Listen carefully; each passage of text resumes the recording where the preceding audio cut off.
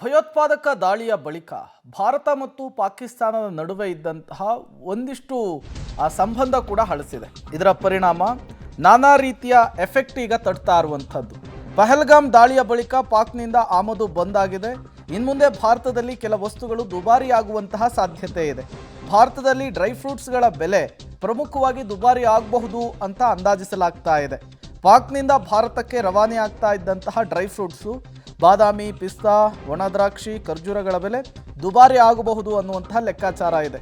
ಕರ್ನಾಟಕದಲ್ಲೂ ಕೂಡ ಡ್ರೈ ಫ್ರೂಟ್ಸ್ಗಳ ಬೆಲೆ ದುಬಾರಿ ಆಗಬಹುದು ಅನ್ನುವಂತಹ ಪ್ರಿಡಿಕ್ಟ್ ಮಾಡಲಾಗ್ತಾ ಇದೆ.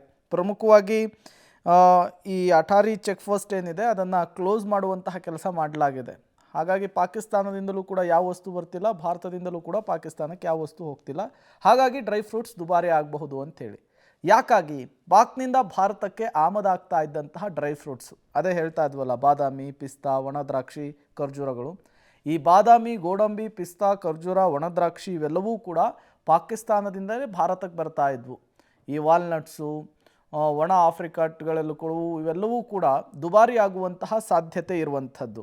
ಇನ್ನು ಪಾಕ್ನಿಂದ ಕರ್ನಾಟಕಕ್ಕೆ ಹೆಚ್ಚು ಡ್ರೈ ಫ್ರೂಟ್ಸ್ಗಳನ್ನು ತರಿಸಿಕೊಳ್ಳುವಂತಹ ಕೆಲಸ ಆಗ್ತಾ ಇತ್ತು, ಆಮದು ಮಾಡಿಕೊಳ್ಳುವಂತಹ ಕೆಲಸ ಆಗ್ತಾ ಇತ್ತು. ಶಿವಾಜಿನಗರದ ರೆಸಲ್ ಮಾರುಕಟ್ಟೆಗೆ ಯಥೇಚ್ಛ ಪ್ರಮಾಣದಲ್ಲಿ ಪಾಕಿಸ್ತಾನದಿಂದ ಡ್ರೈ ಫ್ರೂಟ್ಸನ್ನು ಆಮದು ಮಾಡಿಕೊಳ್ಳುವಂತಹ ಕೆಲಸ ಆಗ್ತಾ ಇತ್ತು. ಅದಾದಮೇಲೆ ಅದನ್ನು ಗ್ರಾಹಕರಿಗೂ ಕೂಡ ಮಾರಾಟ ಮಾಡ್ತಾಯಿದ್ರು.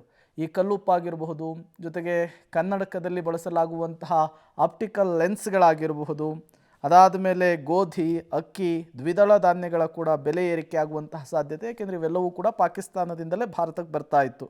ಇನ್ನು ಸಿಮೆಂಟ್ ಕಲ್ಲು, ಸುಣ್ಣ, ಹತ್ತಿ, ಉಕ್ಕು, ಚರ್ಮದ ವಸ್ತುಗಳು, ಅನೇಕ ಕಚ್ಚಾ ವಸ್ತುಗಳ ಆಮದು ಕೂಡ ಸ್ಥಗಿತವಾಗಿರೋದ್ರಿಂದ ಬೆಲೆ ಏರಿಕೆ ಬಹುತೇಕ ಆಗಬಹುದು ಈ ವಿಚಾರಕ್ಕೆ ಅನ್ನುವಂತಹ ಲೆಕ್ಕಾಚಾರವನ್ನು ಈಗ ಅಂದಾಜಿಸಲಾಗ್ತಾ ಇದೆ.